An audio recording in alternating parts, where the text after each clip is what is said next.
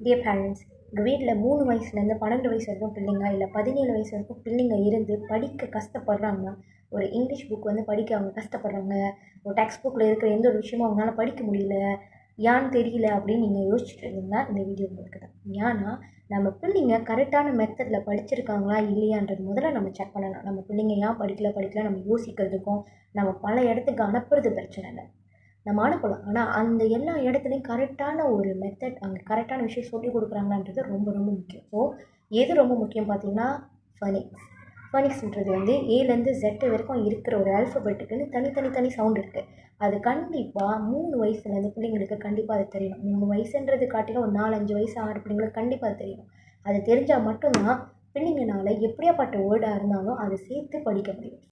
So ஃபனிக்ஸ்ன்றது ரொம்ப ரொம்ப important. கண்டிப்பாக பிள்ளைங்க வந்து அதை கற்றுருக்காங்களான்னு செக் பண்ணுங்கள். அப்படின்னா ஒவ்வொரு வேர்டுக்கும் என்ன அதோட சவுண்ட் என்ன, அதுக்குன்னு ஒரு தனி சவுண்ட் இருக்குது. அது பிள்ளைங்க சொல்கிறாங்களான்னு செக் பண்ணுங்கள். அப்படி பிள்ளைங்களுக்கு அது சொல்ல தெரியலனா தென் அதுதான் ஆன்சர். அப்போ பிள்ளைங்களுக்கு அது தெரியல, அதனால் பிள்ளைங்களால் அதை படிக்க முடியல. ஒரு விஷயத்தை வந்து ரொம்ப சில பெரிய பெரிய வார்த்தைகளை பார்த்த வாக்கியங்களை பார்த்து படிக்க முடியல. ஸோ தயவு செய்து பிள்ளைங்களை அனுப்புகிற ஸ்கூலில் இந்த ஃபர்னிக்ஸ்ன்ற விஷயம் இருக்கான்னு செக் பண்ணுங்கள். ஓகேவா? இல்லாட்டினாலும் பிரச்சனை இல்லை. நிறைய எந்த சென்டரில் நமக்கு வந்து இந்தமாதிரி ஃபர்னிக்ஸ் சொல்லி கொடுக்குறாங்கன்னு பார்த்து நீங்கள் நல்லபடியாக ஒரு நல்ல சென்டருக்கு அனுப்புங்க. ஓகேவா? மோரோவர் இந்த வீடியோ எண்டில் பிகாஸ் நானே பர்சனலாக நிறைய பேர்த்துக்கு வந்து English class, phonic class and I'm conducting a tuition. So அதனால் உங்களுக்கு வேணும்னா என்னோட மெயின் பேஜில் போய் முதல்ல செக் பண்ணிவிட்டு பார்த்துட்டு அப்புறமா என்கிட்ட வந்து காண்டாக்ட் பண்ணுங்கள்.